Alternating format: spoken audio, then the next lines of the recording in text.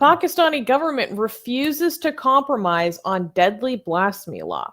Wow. So, this is very interesting for several reasons, and we're going to get into it. This is time for me to be a blasphemy nerd. Okay, so the European Union announced on April 29th a resolution that claimed the judicial procedures in blasphemy cases in Pakistan are highly flawed due to the low standards of evidence required for accepting blasphemy allegations.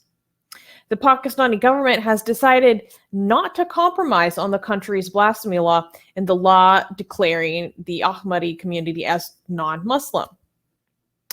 However, the government will introduce new legislation concerning various aspects of human rights in line with its agreements with the European Union.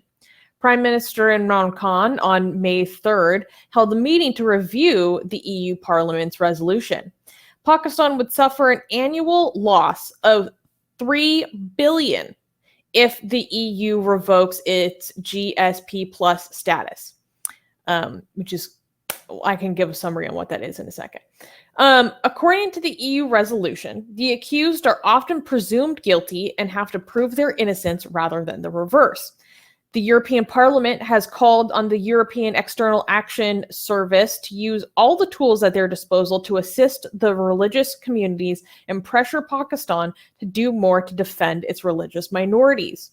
Despite the very recent ban on the extremist religious party, TLP, on April 20th, the Prime Minister of the Interior announced a resolution on the removal of the French ambassador to Pakistan would be presented to the National Assembly.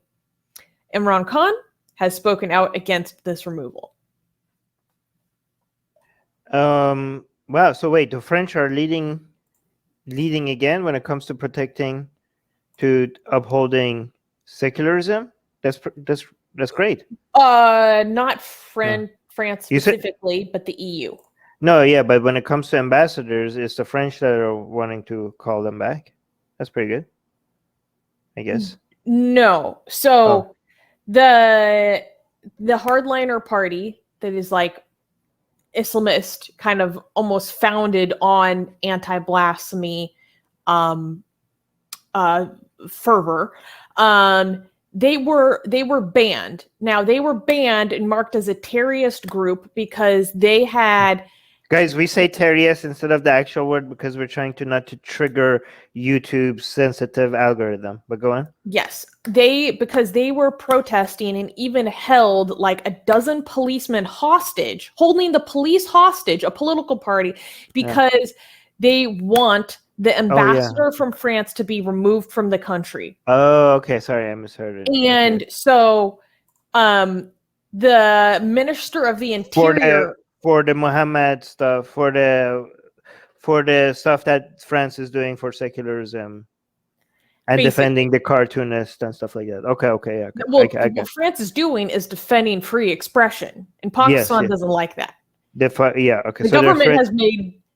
They've said we support free expression. They've made no I got it. ruling on the nature of Charlie Hebdo cartoons, or they just say the blasphemy is a right. We're getting too much into detail. But anyways, hey guys, if you're a fan of blasphemy and sexy Kali, like me, then that means that you probably want more blasphemous art. Well, I have good news for you. If you subscribe to our newsletter, link in the description below, then you get a free booklet of some of the tastiest blasphemous art available today. So if you want some of this delicious blasphemy, and we're so generous that we update it for you guys weekly for free, all you have to do is sign up for our newsletter below. You can also go to blasphemousart.com/ebook. That's blasphemousart.com/ebook.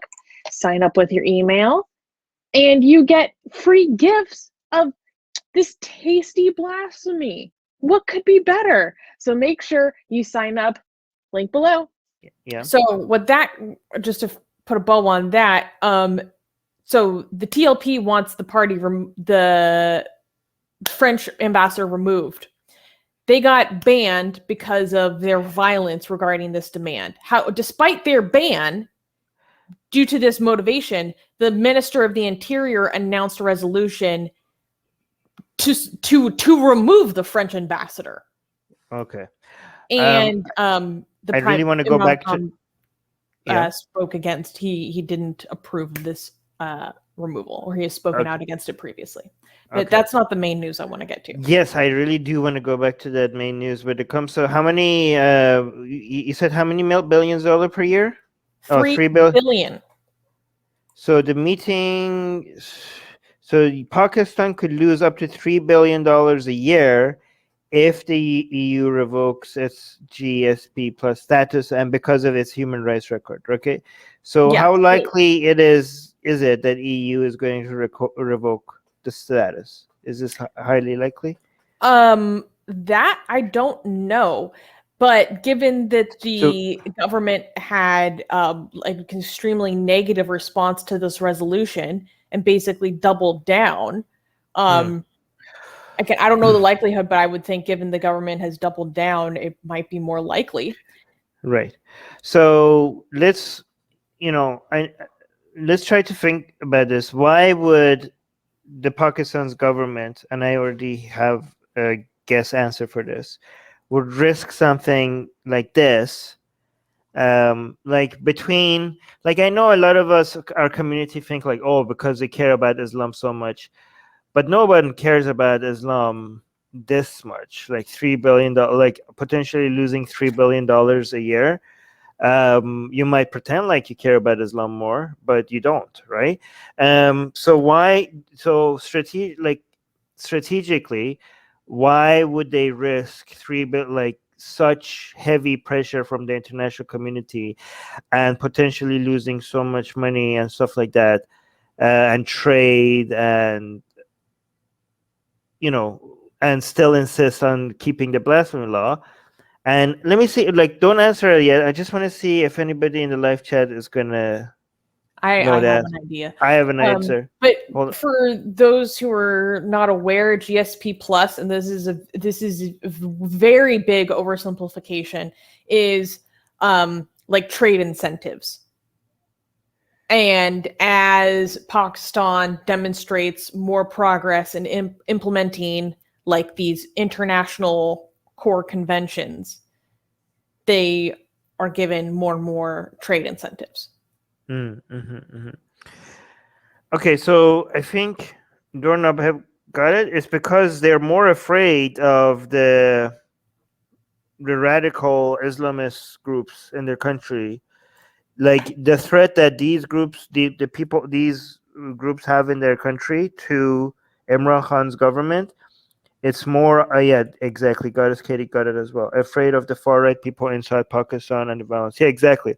Like that's an existential threat to their entire existence, right? Like, yeah, like their physical safety. I actually had a different theory. What was your theory? Well, it was a little bit more geopolitical. They could be leaning more towards China, who won't necessarily put pressure on them No, that can't be the answer, because they won't lose China if they get rid of their blasphemy laws. You know what I mean? Like getting rid of they could keep China and they could still have like deals with the EU and more deals and more safe deals, security when it comes to their deals with the EU. If they just get rid of the blasphemy laws, they could be like, yeah, we like money. We like money from China. We like money from the EU. We like money from everywhere. So why not get rid of the blasphemy laws? Well, because, as Katie's saying, afraid of the far right people inside Pakistan, because that is, they wouldn't be empowered to enjoy the trade agreements if they give enough ammunitions to these, far right Islamist groups, right? So I think that's the answer. Do you see what I'm saying, Susanna? Like, yeah, getting rid of the blasphemy laws. It's not China is gonna be like, oh, I'm so offended that you got rid of the blasphemy laws. No, that's not what I'm saying. Yeah. It's not that China would be upset that they got rid of it. It's that like China is less likely to pressure them to remove it. Okay, so let me rephrase what you're saying, right? What I'm saying is that they could fall back on China. I know, but I'm saying that $3 billion a year is still good with or without China. Yeah, right? yeah. So okay, maybe what you're trying to say is that the reliance on trade with Western countries is less of a threat to Pakistan, given that they have China backing them up. Like, so that's maybe another way to phrase it. You want to say, Katie, you want to read what Katie's saying? Yeah, Katie's saying the Pakistani government is run with fear of the extremists inside the country. It's more like the military and the mob running the country. Yeah, that's basically what I'm trying to say. And I'm guessing that's my guess. I'm not saying that's it. If you guys have your own theories or hypotheses, or let us know in the comment section. Let me actually load a whole bunch of articles. But I also wanted to just highlight, one thing I really liked about this news is that the EU is making this a priority. Even really, I thought that was very positive. That they're putting forth this issue, raising awareness about it, saying we even will take away economic incentives from you because of these abuses. Like, this is what I want from governments. EU has recently stepped up its game when it comes to upholding human rights. Is this like, I don't know how long this is going to last, but I hope it's like, I was really pessimistic recently because of China and all, about how much of an enforcement on human rights globally is going to be possible. But I don't know. It might be nothing, but somewhat like trying to be a little bit optimistic seems like, I know it seems naive or not, but I do want to have a little bit of a hope for EU and maybe the Biden administration upholding human rights. I know it seems naive, but I'm going to be a little bit optimistic, just a little bit, and then take it back as soon as I'm proven wrong. Okay. But I thought it was awesome that they put this forward as an issue and are potentially willing to revoke $3 billion a year over a free expression issue. Like, yes, thank you. More of this. Because a lot of people don't even think about blasphemy in their everyday life and how it affects people. But to have the entire EU pressuring the world's worst offender on blasphemy issues about this is awesome. Yeah, that's good. I hope we see more of this. Can the ISIS, again, we're not going to read it fully because No, it's not ISIS, just ISI, Pakistani intelligence. Oh yeah, no, it's not the ISI you need to be worried about. It's the radical groups in Pakistan, and also now that Afghanistan is going to be handed over to the Taliban, the effects on that on Pakistan, that's also is going to be a major threat. Those are the Pakistan, man. It's like such a scary, like, the direction Pakistan is going. Pakistan is just there to make India feel good about itself. I'm convinced now. I think India just created Pakistan. India just created Pakistan so that no matter how much crap happens in India, they could always just point at Pakistan and say, like, well, at least we're not like them. That's the entire reason for the existence of Pakistan.